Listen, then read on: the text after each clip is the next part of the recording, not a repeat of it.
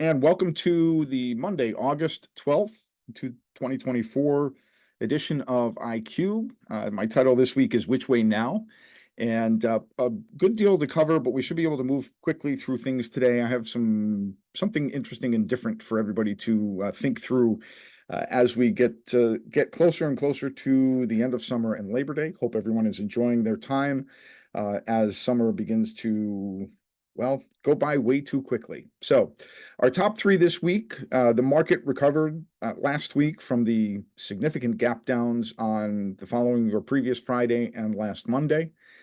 Right now, I would not be surprised and actually fully expect a retest of the roughly 5,100 line on the S&P 500. Pretty solid support range and in between 51 to 5,200.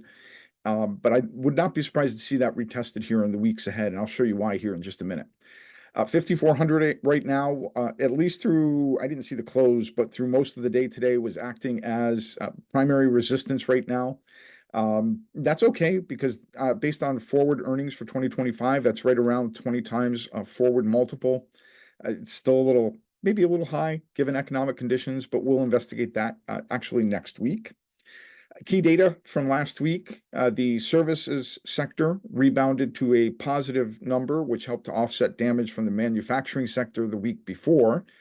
And jobless claims fell on Thursday, and that helped to offset some of the jobless and lack of jobs added in the report delivered the previous Friday for July. So a little bit of better economic news, which helped to relieve some of the downward or most of the downward pressure. We did talk a little bit last week at least in the chats about the yen carry trade. And while that was a contributor, it was not the primary cause. The primary cause for the market rolling over is growth concerns and what we would say right now is a faster slowing of economic conditions. So right now, the market is beginning to price in a half-point rate cut for September. I would mark September 18th on your calendar. That is the next Federal Reserve meeting. And that will either be a day of disappointment, which would have negative effects, negative impact on the market, or perhaps it leads to a rebound in the major indices. I saw earlier today looked like small caps were down pretty hard, and usually when you get into that rate cutting cycle, small caps tend to rebound. So it's a surprise to see them moving in the opposite direction, but in part that's because there is a growing risk of stagflation in the market and in the economy, and we will get a better read on that a little bit later this week. Um, in part, when we look at slowing metrics in the underlying economy, whether it's manufacturing or services, et cetera, uh, higher prices and lower revenues, that's what leads to stagflation. Those concerns are beginning to rise. Even though the Fed said the last 2 months that inflation has been moving in the correct direction, any change in that direction creates a different economic outlook or outcome. So I will be one of the things that I'll be watching for and helping you navigate in the weeks ahead is whether or not that comes to fruition. When we look at the economic calendar for the week ahead, one of the most important reports for this week will be on Wednesday, the CPI report, Consumer Price Index. We also have Producer Price Index, that is tomorrow. And one of the reasons I think you had a more of a sideways day through most of the day in the indices today is everyone's waiting for these next two major economic reports, at least on Wall Street. I mean, I'm not sitting here waiting and holding my breath for them, but Wall Street probably is. Thursday will be an important day on two fronts. One, the Philadelphia and New York manufacturing surveys come out. Those are typically smaller, less important reports. But given that manufacturing fell deeper into contraction in the previous month, we need to see whether or not that changes at any regional level. And in other words, if manufacturing begins to rebound or if that contraction is deepening. Retail sales is also out Thursday, which will be an important read or first read on consumer spending. Housing starts. I'm starting to watch the housing market much more closely right now, because at some point, if the economy is truly going to fall to a recession, though between retail sales, consumer spending, and housing, that's where you start to see it happening. People slow or don't make new major purchases like a home. Housing has been in decline for most of the year. It is expected once the Fed begins to cut rates that that trend would reverse, that that would lift the housing market in months or years ahead. Remains to be seen, but right now I'm keeping my eye kind of on how is the consumer holding up against this backdrop of a slowing economy.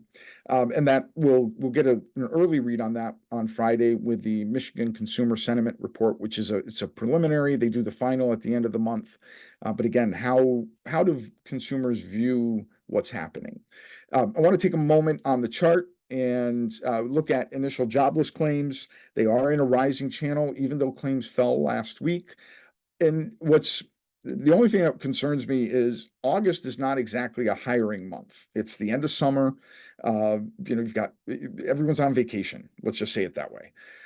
So I'm a little worried that too much weight is being placed on any metric in the month of August, but that channel, that trend of rising, falling has not changed in several months. So in essence, think of it like a stock chart. You're making higher highs and higher lows, which would be a bullish chart for a stock, not so much for jobless claims. So that's one reason why we will continue to watch what happens with jobless claims on a weekly basis. They're not necessarily a leading indicator. They are somewhat of a lagging indicator, as is the jobs report each month. But it does give at least a to the minute or closer to the minute read on the health of the labor market. And if labor begins to weaken, that will eventually roll down to consumer spending, and that then has the potential to drive more recessionary concerns in or through or for Wall Street. So that's it. Quick overview of the top three in the week ahead. This week, just for fun, I'm going to take you into the danger zone. A different take, combining investing in politics. What I'm about to share with you is not a political statement.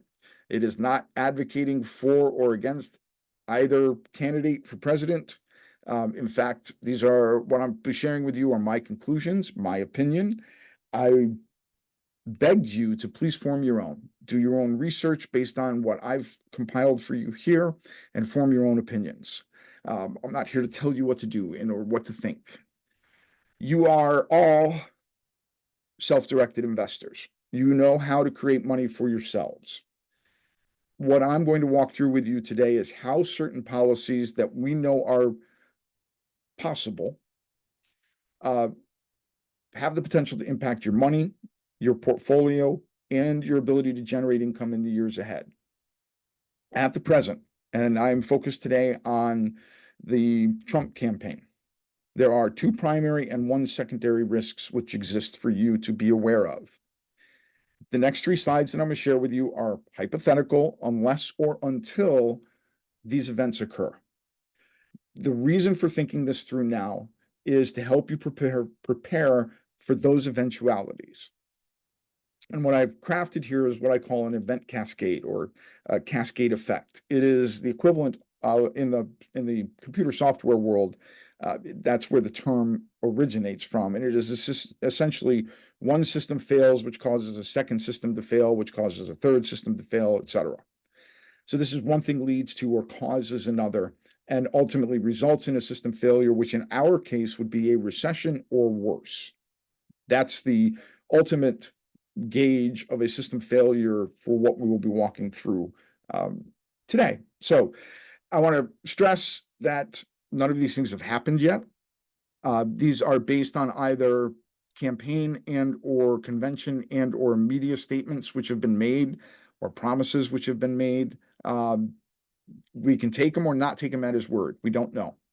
But these are the three most important things that I see that have the potential to negatively impact you as investors and traders. These are what I call initial factors, meaning it's the start of the system failure process.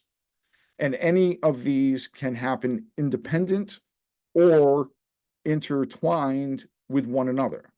So there is a true event cascade would be if all three of these things occurred. A singular event would be any one of them, beginning with the Federal Reserve. I am a firm believer that no president should have control of monetary policy as it relates to interest rates. Just too much potential for shenanigans, poor decisions. The Fed has maintained its independence since the late 1980s. And does the Fed get it right all the time? Absolutely, absolutely not. Was the Fed late to the party in 2021 when they should have been raising rates and inflation was certainly not transitory? Yes, they were. Is the Fed currently behind the curve and at risk of another policy error due to slowing growth metrics in the economy? Yes, they are. They should have been cutting rates, in my opinion, back in June. A quarter point in June would not have upended the economy in my view. That being said, it is, to me, important that the Fed maintains its independence and remains apolitical. But it is clear that Trump wants to have a say, is his exact words. That say would only have one outcome, and that is 0% interest rates, because 0% interest rates are effectively a gift to the wealthiest people and the largest corporations in this country. 0% interest rates don't do anything for a business like ours. Nothing. We don't get the benefit of true zero. But people with substantial capital to borrow against do. And that's the only possible outcome of Trump having a say in controlling interest rates in or through the Federal Reserve. Now, there are guardrails and roadblocks to that happening. So do be advised, I'm not saying that this is what will happen, meaning that Trump will control interest rate policy. The Federal Reserve, the chairman of the Federal Reserve is at least somewhat protected by, we'll call it ambiguous language, that he can only be removed for cause. Of course, there's no explanation of what for cause means in the Constitution. Not in the Constitution, excuse me, but in the Fed charter. But I mean, at some point, it's likely to happen. Is where that's headed. The second roadblock is Congress would have to have a say, at least the way that the charter is written. And so there are at least two roadblocks to this happening. But it is clear from his own comments that he wants control of interest rates, and that I think is a bad thing. And I will remind you as income investors that 0% interest rates would mean a return to the cash is trash era of 2010 to 2018. That is the era, the 8 years, 9 years, when banks paid less than 0.5% interest on savings accounts, CDs, money markets, sweep accounts, any cash-based investment. So the risk to you as an investor in that 0% interest rate is that problem. That is the outcome for you. That puts more pressure on your capital assets producing income that you need, whether it's dividends from stocks. And remember, that era was also coupled with lower dividend payouts. It puts more pressure on your trading if you're selling options in any capacity. So be aware. Again, there are roadblocks, there are guardrails, but I'm not convinced that they will hold if the Republicans were to control all three branches of the government. The second is tariffs, and this one is, I don't have a better word than really bad policy. Protectionism has never worked for America, ever. We're capitalists. I mean, that's what we do. So the tariffs are destructive, and the the approach right now, or the campaign approach right now, is what's called universal tariffs. In 2018, when the Trump administration initially placed tariffs, they used selective tariffs, tariffs on China, Canadian lumber, French wine. I don't know why he picked on French wine, but he did. Right, they were selective countries or selective products. Now he's talking about universal tariffs and tariffs ranging from 10% to 60%. The first thing to remember is countries do not pay tariffs. Now, Trump famously continues to say on the campaign, China paid billions in tariffs. No, China didn't. Uh, Countries collect tariffs, they do not pay them. Businesses and consumers do. The importing business or the importing consumer pays the tariff, right? You go through, that's why you go to the duty free shop at the airport or at the border, so that you're not paying a duty or a tax or a tariff on something that you want to buy, whether it's Cuban cigars, if you can get them in, alcohol, tobacco, etc., fancy products, what have you. The other issue is that tariffs can, I should have worded this differently. They can be one or the other or both of these things. Tariffs in and of themselves are inflationary. They cause an increase in prices. But they are also destabilizing in business prices. It is typically, I should say, typically what happens is foreign companies, when forced to pay a tariff, will reduce or cut their prices in order to undercut U.S. industries or U.S. businesses. In other words, that's bad for the U.S. economy. At the same time, those tariffs are also paid for by the importing company, business, and or consumer. So it's a double hit. So you've got inflation on one end, and on the other end, you have decreased business activity, right? Competition, excuse me. So that's a problem. The other issue is if it's inflationary, and we'll briefly take a look at this in a moment, it means the Federal Reserve can't cut rates. They can't cut interest rates. If they begin the process in September, a year from now, a plan like this goes into effect, raising tariffs, the Federal Reserve has to change their approach because inflation will rise again. So that creates that problem of the Fed not doing what Trump wants them to do, which is drive interest rates down to or at zero. The third, and this is, to be blunt, the least likely of initial factors.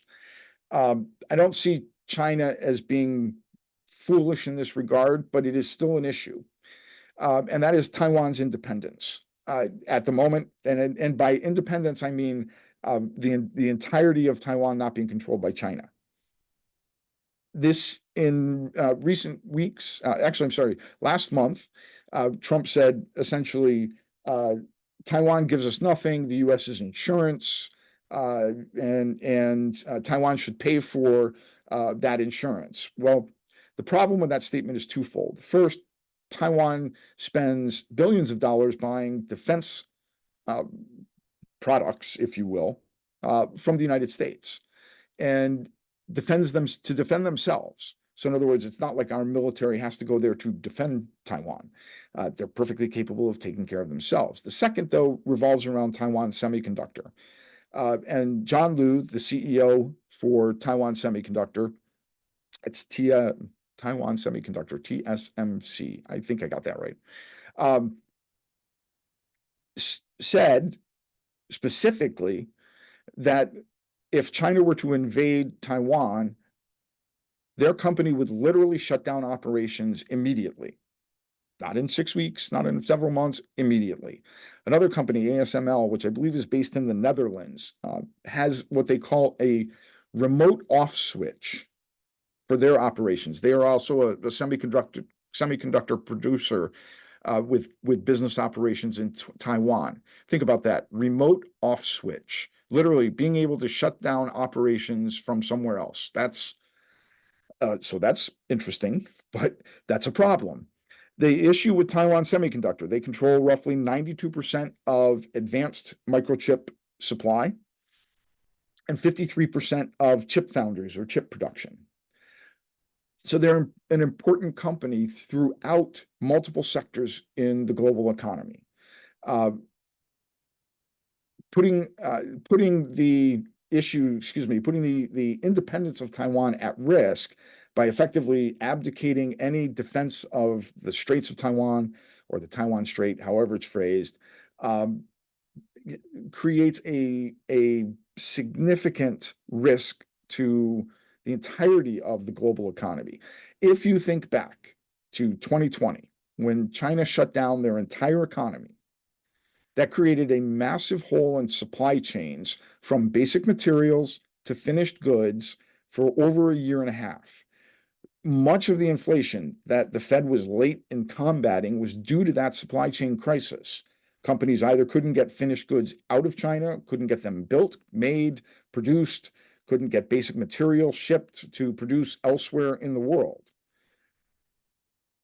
If you remove 92% of the chip supply, you're talking about everything from electronics to appliances to cars being affected, and that's just a short list. So this idea of Taiwan, of the United States not essentially standing as a barrier between China invading Taiwan, and again, I don't believe China would take that step, but it's a risk.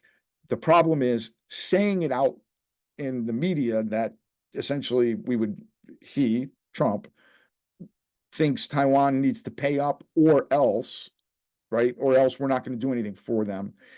It gives China at least maybe we could get away with it problem. So that one, again, least likely, but still problematic. And that the depths of that are much wider than people have talked about. If you go back to July 17th on your stock charts, any major index, here I'm looking at the SOXX, the SOX, the Philadelphia Semiconductor ETF. That day had a significant gap down move that followed the Bloomberg article publishing Trump's quotes on Taiwan, which came out, I believe, around 4 a.m. And you could see the impact, right? The market recognizes both the importance of Taiwan Semiconductor to the economy and to market stability, to economic stability, to supply stability, and it caused a significant sell-off on that day. In other words, even Wall Street is paying attention to some of these things and is worried about them. That's why I bring them to you and the context in which I bring them to you. And the last thing that I want to point out is on the tariffs.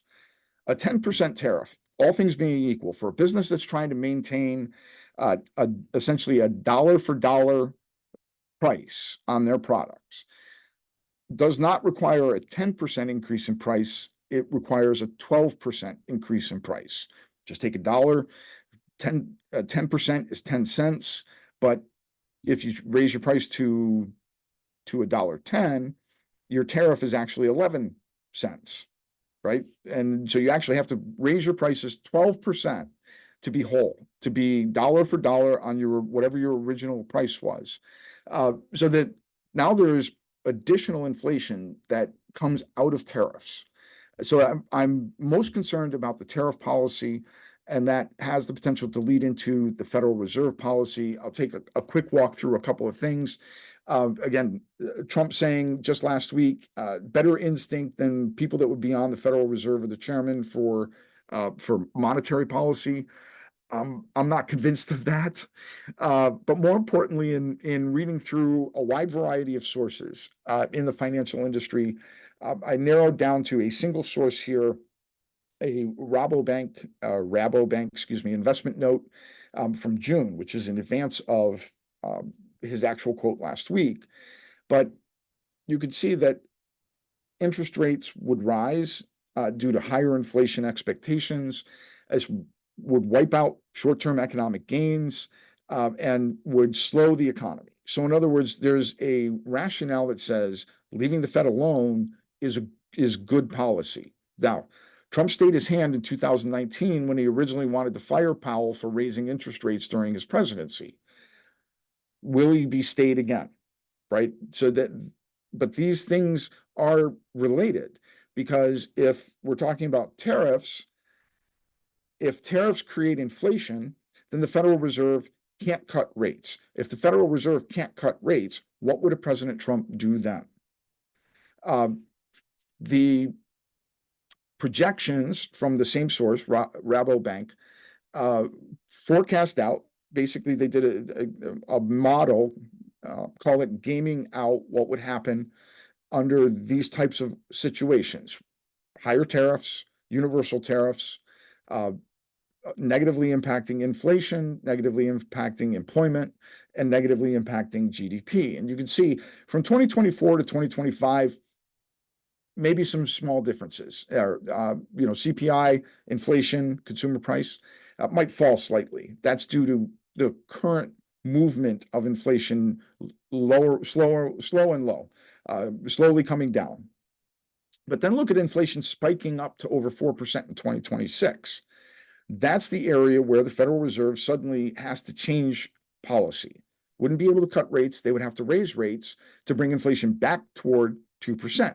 But they wouldn't be able to do that because if they, let's say for one, if they're at 0% interest rates, well, you can't cut rates to -0. They have to raise rates. If they raise rates, what does that do, or where does that leave the Fed's independence? This is what I mean when I say any of these can be an initial factor, but they also have, they're also intertwined in small ways, but important ways. And ultimately, you can see that that's, GDP growth here saying 1.7 or 1.3%. That's getting close to recessionary numbers. And am I saying this is going to lead to a recession? No. Frankly, I'm still bullish on the economy. But bad economic policy tends to result in recessions. And we need to know how to prepare, how to defend, and how to protect our money. And what does it mean for our trading or for our portfolios or for our investment accounts? The last thing to that point is, given those current economic conditions, and this is a goofy but fun example, neither Trump nor Harris can have a direct impact on consumer prices. They're not going to institute price controls across every sector or part of the economy. They're not. They have indirect impact. That could be tax policy, tariff policy, etc.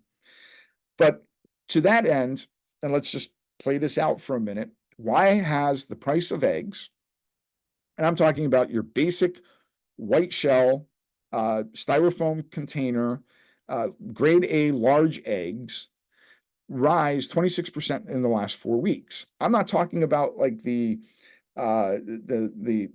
cage-free, special beds, etc., chickens, organic eggs. I'm talking about your basic white egg. My grocery store, a little place called Hollywood Market, they're one of the lower priced grocery stores in my area. In mid-July, as a side note, I do the grocery shopping.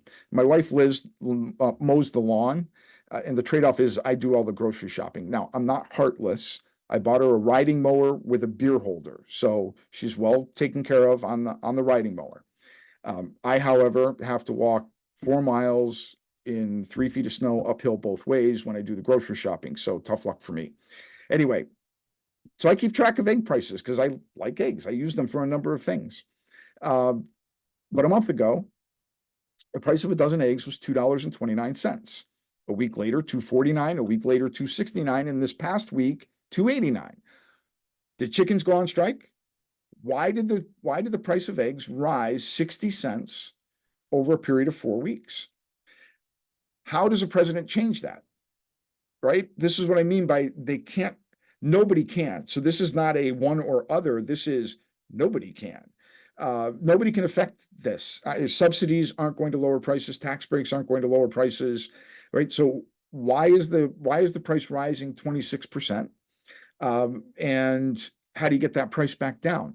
This is the pernicious impact of inflation. This is that the area of inflation that the Fed has the most difficulty battling.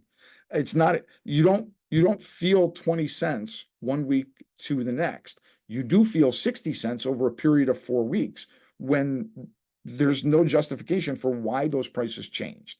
And I realize, and I apologize that this is probably maybe boring view of the price of eggs, right? But if you go to your own grocery store just over a few weeks period and see what these changes are, and then ask yourself, how is any policy going to change that? Right? Milk would be another. Are we going to give more subsidies to dairy farmers? I don't think so, but what's happening with the price of milk from week to week?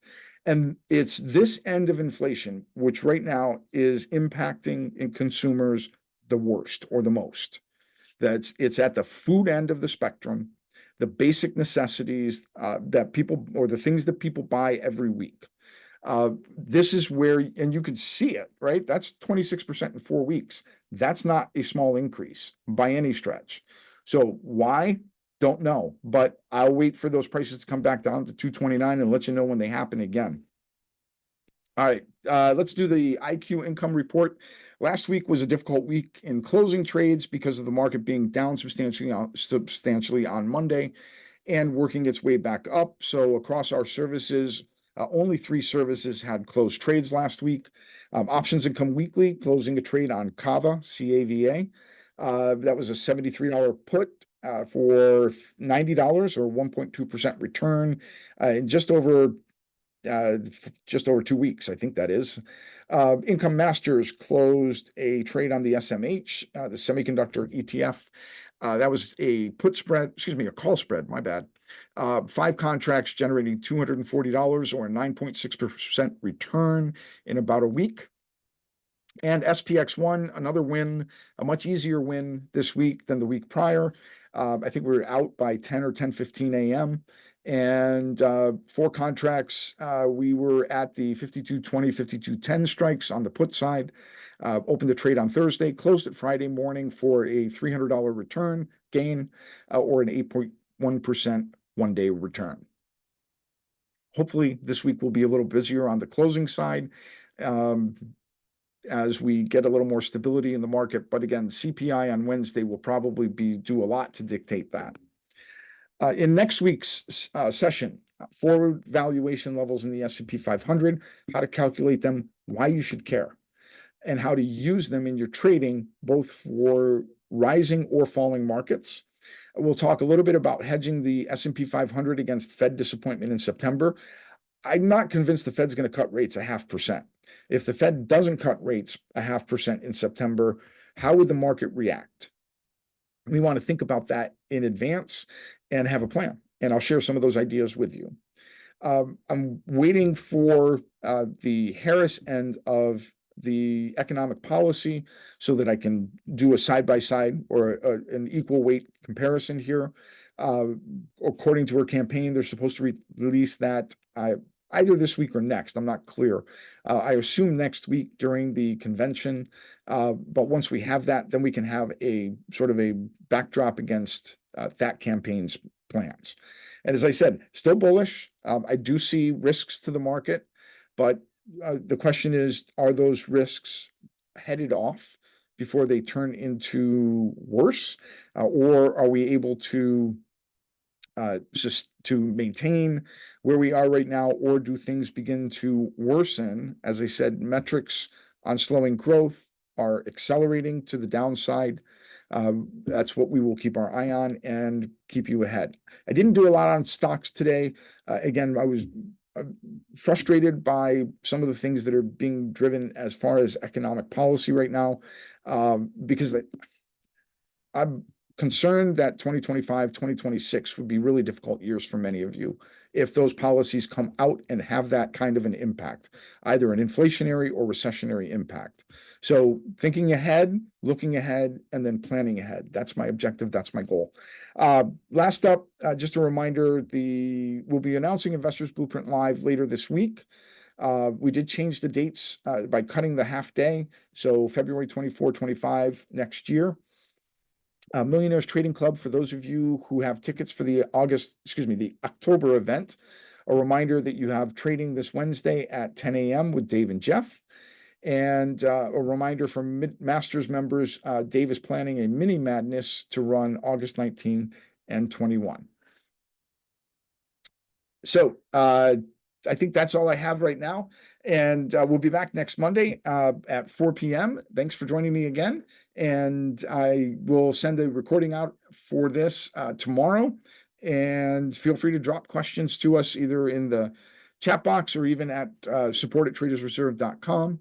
And always happy to bring those types of questions back in to these in future sessions. So enjoy your Monday. Markets closed, quiet day.